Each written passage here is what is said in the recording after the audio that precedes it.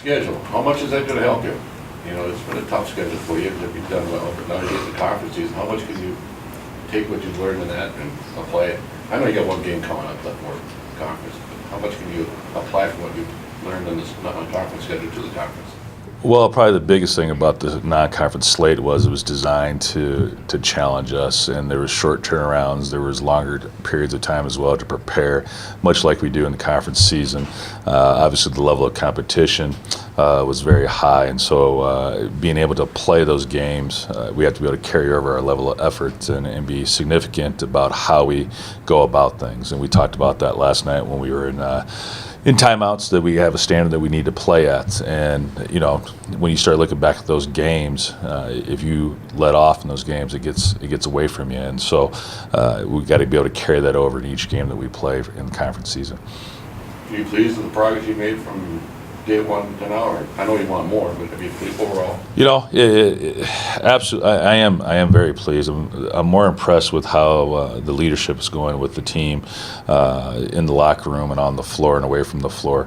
And the other part that I'm pleased about is the basketball progression of the IQ is coming along very well.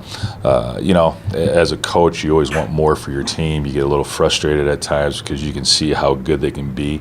But, you know, it does take time, and I have to remember that as well, working with them. But, you know, the effort's there. You know, I don't coach effort at all. You know, how hard they play, that's just something that comes from within them, and I'm really impressed with that part of it. Have you seen anything, I know you probably looked at scores in the conference, anything surprise you while looking at scores in the non-conference season for the other league teams in the East Sky?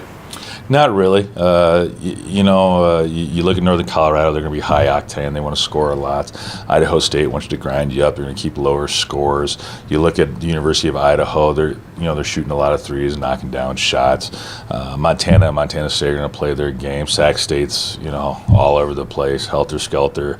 So not really surprised about it. I know that Northern Colorado's got some quality wins. Idaho State's got some wins and things like that. But at this time of the year, when you look at those things, we're one bid league for a reason, and we have to continue to keep our sights on that. You pay attention and go, hey, they played well against these people and not so well against these people, and that's how you take it in perspective. Several newcomers to this team. Melissa Daly certainly sticks out. What does she kind of bring to the table, especially at that point guard spot? Well, the reason we brought Melissa in was her ability to score, and she's got a knack to set people up.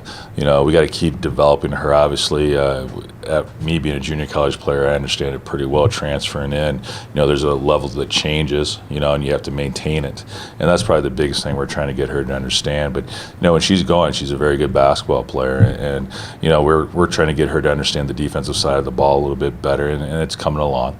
But she can fill it up, but I would say for me with this team 1 through 5, they can put it in the hole, and I'm confident in what they do when they play. So, it's great to add her to the mix, but I think at the same time, again, you go back to our upperclassmen, they're doing a good job of pulling her along and saying, hey, this is how we play.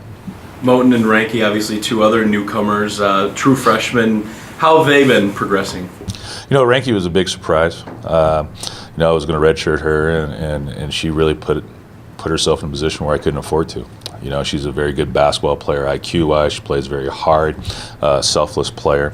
Akili took some adjustment of being able to play. She's still adjusting, but she's competitive, and she's very strong. She's starting to utilize her strength to her advantage. Where in high school, she couldn't do that very much because she was so much stronger than everybody else. And so now we got to get her to keep playing at a high level.